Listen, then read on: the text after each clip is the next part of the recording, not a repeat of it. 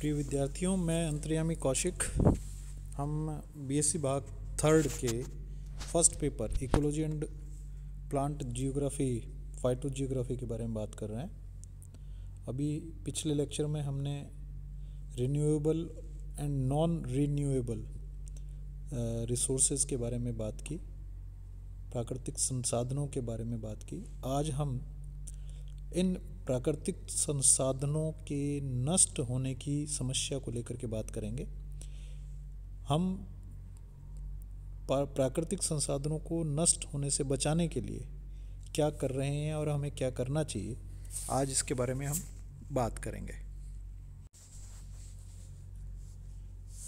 प्राकृतिक वनस्पति का संरक्षण एवं प्रबंधन, conservation and management of natural vegetation. क्योंकि हम बॉटनी पढ़ रहे हैं इसलिए हम वेजिटेशन की बात करेंगे।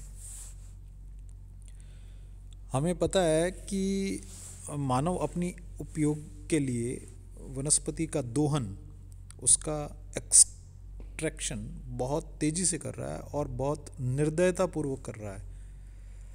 हम हमारे फर्नीचर के लिए, हमारे जलाने की लकड़ी के लिए और अन्य अन्य कागज़ के लिए, अन्य अन्य उपयोगों के लिए पौधों को, पादपों को बहुत तेज़ी से ख़त्म करते चले जा रहे हैं और इसके कंपैरिजन में नए जो पादप हैं उन्हें कम लगाया जा रहा है। मानव के द्वारा वनस्पति का दोहन बहुत पुराने समय से चला आ रहा है। नेचर को अपने उपयोग के लिए हमने परिवर्तित किया, नष्ट किया और उसका दुरुपयोग किया। ये जो प्रक्रिया है जिसमें पर्यावरण को नष्ट किया जा रहा है, पारिस्थितिक नाश हो रहा है, इसे हम इकोसाइड कहते हैं। इकोसाइड, ये टर्म आप ध्यान रखें। इकोसाइड के बारे में एक नंबर का क्वेश्चन आपसे पूछा जाता है। भारत में ऐसा मानना है कि लगभग 1.5 करोड़ हेक्टेयर भूमि, 1.5 करोड़ हेक्टेयर भूमि हर वर्ष वन जो हैं उनको काट दिया जाता है और उनके स्थान पर रहने के लिए या अन्य उपयोग के लिए उस भूमि का उपयोग कर लिया जाता है। तो धीरे धीरे हम देख रहे हैं कि जो वन है वो नष्ट होते चले जा रहे हैं और ऐसा मानना है कि अगले 20 से 30 वर्षों में हमारे देश में जो वन है, वन क्षेत्र है, वो जीरो हो जाएगा, शून्य हो जाएगा। तो इसलिए हमें बहुत से ऐसे उपयोग या बहुत से ऐसे कार्य करने चाहिए ताकि हम इन्हें बचा सकें। क्योंकि हम बॉटनी के स्टूडेंट हैं, बॉटनी पढ़ रहे हैं, तो हमारा जो रोल है इसमें अधिक हो जाता है। बीबी बोहरा जो कि ऊर्जा सलाहकार बोर्ड के अध्यक्ष थे, उन्होंने सैटेलाइट सर्वे के आधार पर बताया कि जहां किसी भी क्षेत्र में 33% वनों का आवरण होना चाहिए, हमारे देश में वह 10% है। यानी कि हम बहुत कम मात्रा में वन जो है नए लगा रहे हैं या वनों को बचाने में कामयाब हो पा रहे हैं।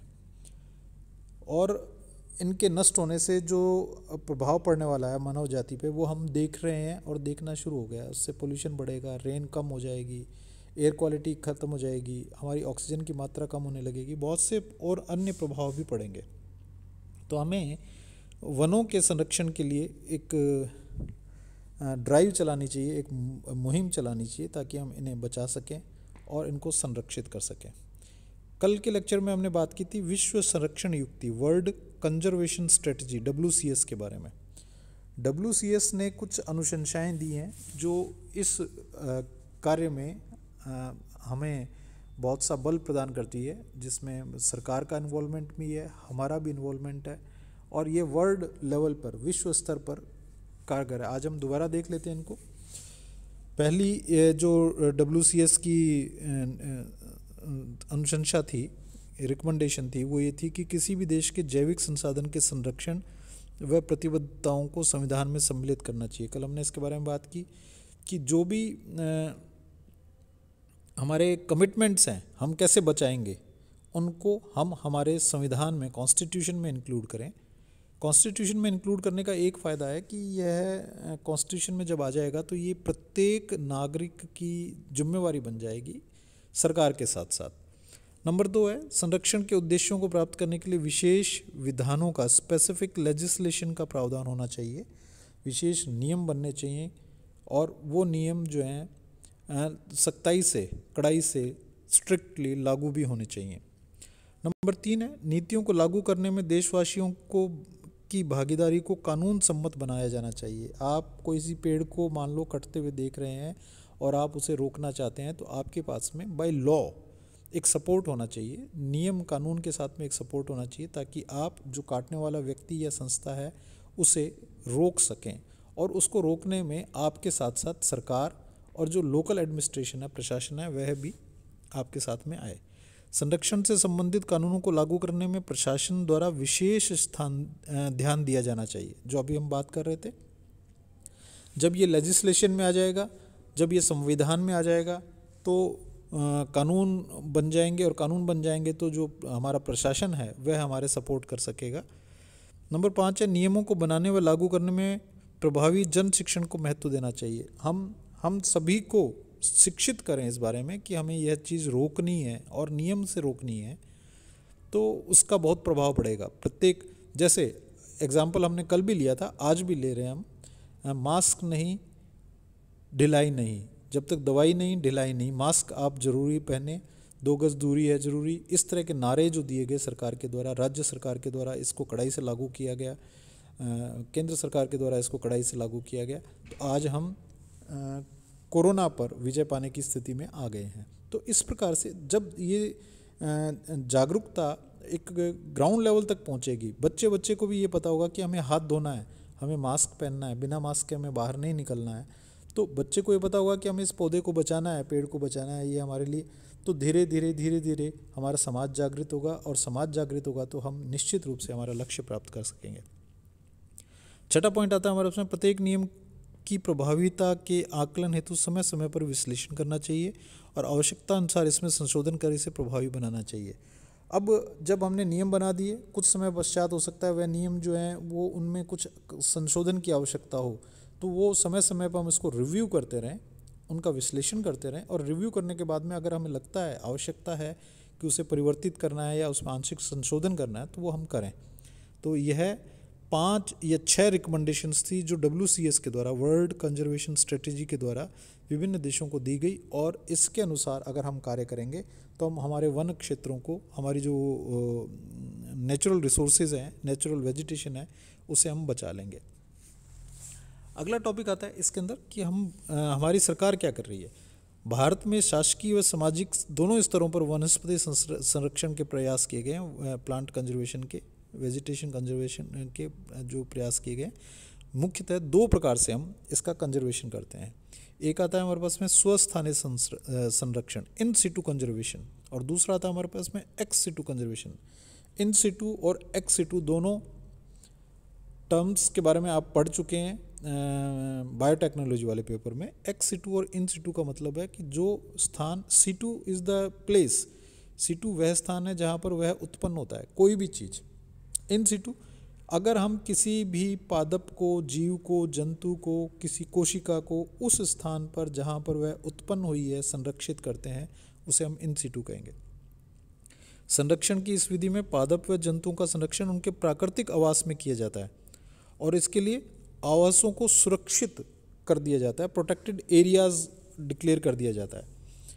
इस आधार पर हमने बहुत सारे नेचुरल रिजर्व्स बनाए हैं, प्राकृतिक सुरक्षित स्थान बनाए हैं, प्राकृतिक रिजर्व्स बनाए हैं। बहुत सारे नेशनल पार्क्स बने हैं, राष्ट्रीय उद्यान, जहाँ पर कोई एक विशेष प्रजाति पाई जाती है उसको हमने चारों तरफ से सुरक्षित करके उसको उगने दिया, नेचुरली उगने दिया है, नेचुरल पार्क्स बनाए हैं, अभ्यारण्य बनाए हैं, सेंचुरीज बनाई हैं, और बहुत से पादप और जीवो जंतुओं को उनके प्राकृतिक आवास में संरक्षण प्रदान किया है। तो ये पहला तरीका हुआ जिसके आधार पर हम किसी भी वेजिटेशन को, नेचुरल वेजिटेशन को, नेचुरल रिसोर्स को संरक्षित कर सकते हैं इन सिटू। दूसरा तरीका आता है हमारे पास में एक्स सिटू। एक्स सिटू यानी कि वह स्थान जहाँ पर वह उत्पन्न नहीं हुआ है लेकिन हम उसे संरक्षित कर रहे हैं। इस विधि में पादप व जंतुओं को उनके प्राकृतिक आवास से हटाकर कृत्रिम आवास में संरक्षण प्रदान किया जाता है, उसको हम एक्स सिटू कह रहे हैं। जैसे बॉटनिकल गार्डन्स, हमने पूरे विश्व से पादप इकट्ठे किए, एकत्र करके एक स्थान पर, एक गार्डन के अंदर हम उन्हें लगा रहे हैं और वो वहाँ पर विकसित हो रहे हैं, बॉटनिकल गार्डन्स। आनुवांशिक संसाधन केंद्र, जेनेटिक रिसोर्स सेंटर्स, हमने पूरे वर्ल्ड से अलग अलग प्लांट्स के, एनिमल्स के या माइक्रो ऑर्गेनिजम्स के जेनेटिक पार्ट जो हैं, डीएनएज, आरएनएज को एकत्र किया और उनकी हमने एक लाइब्रेरी बना दी। जेनेटिक रिसोर्स सेंटर हो गया, उसकी स्थापना हमने की। इसमें हमने जीवों की संख्या को बनाए रखने के लिए, उनके डीएनए को संरक्षित करने के लिए कार्य किया। आगे आता है अत्यधिक आर्थिक उपयोग वाले विलुप्त हो रहे पादप व जंतुओं के जनन द्रव्य को, जर्म प्लाज्म को, अर्थात उनके बीज, फल, परागण, बीजाणु, अंडे आदि को संग्रहित करने के लिए हमने एक विशेष बैंक बनाए हैं जिन्हें हम जर्म प्लाज्म बैंक कहते हैं। और इन जर्म प्लाज्म बैंकों में हमने पूरे विश्व के, हम रोज़ सुनते हैं कि अत्यधिक दोहन के कारण, एक्सेसिव यूज़ के कारण बहुत से प्लांट जो हैं या जंतु जो हैं, चिड़िया हैं, बर्ड्स हैं, फिशेज़ हैं, एनिमल्स हैं, वो एक्सटिंक्ट होते चले जा रहे हैं, नष्ट होते चले जा रहे हैं, ख़त्म होते चले जा रहे हैं। हम उनके जर्म प्लाज्म को स्टोर करते हैं और उन्हें दोबारा बनाने की कोशिश कर रहे हैं। तो ये सब चीज़ें, इस प्रकार का जो संरक्षण है उसे हमने नाम दे दिया ex-situ संरक्षण। तो ये दो प्रकार थे जिनके आधार पर हम पादप, नेचुरल वेजिटेशन को, नेचुरल रिसोर्सेज को हम संरक्षित कर सकते हैं। कुछ अन्य उपाय हम वनस्पति संरक्षण के लिए काम में लेते हैं, जिनकी लिस्ट इस प्रकार से है। नंबर 1 हमारे पास में आता है, वन संपदा का समय समय पर सर्वेक्षण कर वनों की स्थिति पर नज़र रखी जानी चाहिए और उसके अनुसार भविष्य में विकास व संरक्षण की योजना बनानी चाहिए। हमारे वन कितने हैं, किस प्रकार से विकसित हो रहे हैं, किस प्रकार से नष्ट हो रहे हैं, कहाँ आवश्यकता है, इस प्रकार का सर्वेक्षण समय समय पर होता रहना चाहिए। और समय समय पर होने से हम उसकी लेटेस्ट पोजीशन के बारे में पता लगा सकेंगे, आज की ताज़ा स्थिति क्या है, और उस आधार पर हम नियम, कानून और हमारी योजनाएं बना पाएंगे। नंबर 2 आता है हमारे पास में, एक और मनुष्य की दैनिक आवश्यकताओं के लिए अधिक वनों की आवश्यकता है और दूसरी ओर वनों के संरक्षण की भी आवश्यकता है। तो इन दोनों को आपस में, वनों को बचाए भी रखना है और वनों का उपयोग भी करना है, दोनों ही काम है। और इन दोनों कामों को आपस में हम एक दूसरे के साथ में मैनेज करें, सामंजस्य बैठाएं, इनके बीच में बैलेंस बनाएं और बैलेंस बना करके ऐसे वनों का विकास करें जो हमारे उपयोग में भी आ सकें और जिनके कारण अधिक से अधिक वन क्षेत्र भी विकसित हो सके। तीसरा आता है हमारे पास में, ये एक इम्पॉर्टेंट रीजन है, हम ये क्योंकि हमसे जुड़ा हुआ है, हम इसके बारे में डिटेल से बात कर रहे हैं। होता क्या है, हम बॉटनी के टीचर्स जो हैं एक्सकर्शन के लिए जाते हैं। हम सामान्यतः हर वर्ष पादप संग्रहण के लिए दूर स्थानों पर जाते हैं, बच्चों को लेके जाते हैं, कभी पहाड़ी क्षेत्रों में, कभी रेगिस्तानी क्षेत्रों में, कभी किसी स्थान पर घूमना हो जाता है, साथ में वहाँ की जो वनस्पति है उसके बारे में हमें पता लगता है।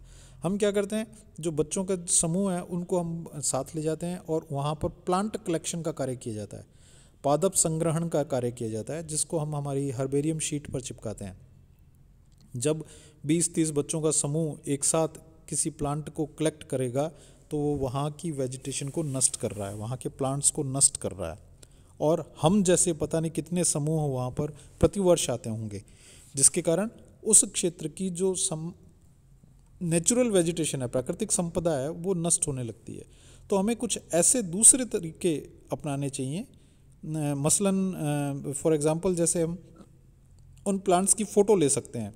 अब आजकल मोबाइल की बहुत सुविधा है, उन प्लांट्स की फ़ोटो लेकर के हम फ़ोटो एल्बम बनाएं या ऑनलाइन एल्बम बनाएं, या हम उसका एक ऐसा डिजिटल एल्बम बनाएं जिसको हम संरक्षित कर सकें। तो उससे वहाँ की वेजिटेशन भी सुरक्षित रहेगी और हमारे पास में प्लांट का कलेक्शन भी हो जाएगा। तो ये तीसरा कारण था। चौथा कारण हमारे पास में, वन प्रबंध इस प्रकार से होने चाहिए कि जो सदैव वन पुनरुद्भवन, रीजनरेशन को सुनिश्चित करें।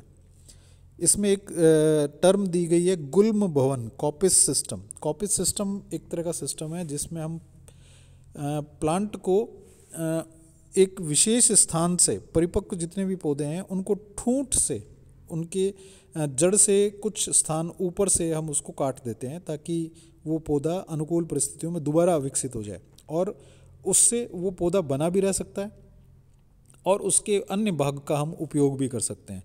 तो ये एक गुल्म भवन या कॉपिस सिस्टम है जिसको बढ़ावा दिया जाना चाहिए और उससे बार बार उस प्लांट को आप उपयोग में ले सकते हैं। पांचवा पॉइंट आता है हमारे पास में, ये जो टर्म हम पढ़ रहे हैं कॉपिस सिस्टम, गुल्म भवन, इसके बारे में भी 1 नंबर का क्वेश्चन आता है।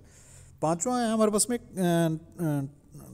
विधि आ रही है टोंग्या सिस्टम, इसके ऊपर भी क्वेश्चन पूछा जाता है। टोंग्या सिस्टम, टोंग्या सिस्टम एक प्रकार का सिस्टम है जहाँ पर जो गरीब परिवार हैं या ऐसे परिवार हैं जो भूमिहीन हैं और जो कृषक वर्ग से या जो खेती करना चाहते हैं, उनको सरकार के द्वारा विशेष भूमि जो कि ऊसर भूमि है, बंजर भूमि है, जहाँ पर कभी कोई प्लांट अभी उगाया नहीं गया है, वो अलॉट कर दी जानी चाहिए, वो उनको उपयोग हेतु दे दी जानी चाहिए ताकि वह समाज या समूह उस स्थान पर खेती कर सके और अपना गुजारा कर सके, जीवन यापन कर सके। जब धीरे धीरे कुछ सालों पश्चात वह भूमि जो है वो उपजाऊ क्षेत्र में बदल जाएगी और उपजाऊ क्षेत्र में बदलने के कारण वहाँ पर वन विकसित होंगे या उपयोगी पादप वहाँ पर विकसित होने लगेंगे, तब उस समूह को आगे उस स्थान से दूसरे स्थान पर स्थानांतरित कर दिया जाना चाहिए जहाँ पर कि ऊसर भूमि है या बंजर भूमि है। तो धीरे धीरे इस प्रकार से कुछ वर्षों में हम जो ऊसर भूमि है या जो बंजर भूमि है उस भूमि को उपजाऊ भूमि में या वन क्षेत्र में विकसित कर सकते हैं। ये सिस्टम जो है इसको हम टोंग्या सिस्टम कहते हैं। उसके बाद में आता है हमारे पास में नियंत्रित एवं उचित विधि से कटाई। पादप की कटाई जो है वो 3 विधियों के प्रयोग से की जा सकती है। पहली कटाई है क्लियर कटिंग, निर्वक्षीकरण, दूसरी है सिलेक्टिव कटिंग, चयनात्मक कटाई, और तीसरी है परिरक्षित कटाई या शेल्टरवुड कटिंग। निर्वक्षीकरण तो एक सिंपल सी विधि है जिसमें एक पूरी एरिया को, कोई भी एक क्षेत्र है उसके सभी पादपों को काट दिया जाता है, निर्वृक्ष कर दिया जाता है, वहाँ के सारे जो पादप है हटा दिए जाते हैं और उसका उपयोग किसी अन्य उपयोग हेतु कर लिया जाता है। सेलेक्टिव कटिंग के अंदर एक किसी भी परिपक्व वृक्ष को, जो वृक्ष ऐसा लगता है कि 50 साल 100 साल 200 साल का हो गया है, जो कि नष्ट होने वाला है, ख़त्म हो चुका है, जल चुका है, उसे हटाया जाएगा, शेष वृक्षों को नहीं हटाया जाएगा। इसे हम सिलेक्टिव कटिंग कहते हैं। और तीसरी आती है परिरक्षित कटिंग या शेल्टरवुड कटिंग। इसमें उस पादप की आवश्यकता के आधार पर कटिंग, अगर मान लीजिए हमें वुड चाहिए तो अच्छी वुड वाले पादप को काटा जाए, बाकी को नहीं काटा जाए, अच्छी लकड़ी वाले पादप को काटा जाए, दूसरे को नहीं काटा जाए। तो इस प्रकार से हम सेलेक्ट कर लेते हैं कि किस प्रकार से हमें कौन सा पादप चाहिए, शेष को छोड़ करके उस पादप को काट लिया जाता है। तो इस प्रकार की कटिंग का अगर उपयोग करें हम, तो हम वन क्षेत्र को बचा सकते हैं। और सातवीं और अंतिम विधि है हमारे पास में बांध स्थलों का चयन। सामान्यतया बांध बनाए जाते हैं, जब बांध बनाया जाता है तो वहाँ पर डूब क्षेत्र होता है। डूब क्षेत्र यानी कि जो कैचमेंट एरिया है जिसके चारों तरफ पानी इकट्ठा होता है बहुत बांध के, वहाँ पर जो वन हैं या जो पादप हैं वो धीरे धीरे नष्ट होने लगते हैं। तो हमें बांध ऐसे स्थान पे बनाने चाहिए जहाँ पर वन क्षेत्र कम हो, पानी को ऐसे स्थान पर स्टोर किया जाए जहाँ पे वन क्षेत्र कम हो, ताकि हमें जो वनों का नुकसान है वो ना हो सके। तो विद्यार्थियों, ये कुछ विधियाँ थी जिसके आधार पर हम जो नेचुरल वेजिटेशन है उसे हम संरक्षित कर सकते हैं, बचा सकते हैं। आगे के लेक्चर में फिर हम आगे के जो टॉपिक्स हैं, रेड डाटा बुक वगैरह, उसके बारे में बात करेंगे। धन्यवाद।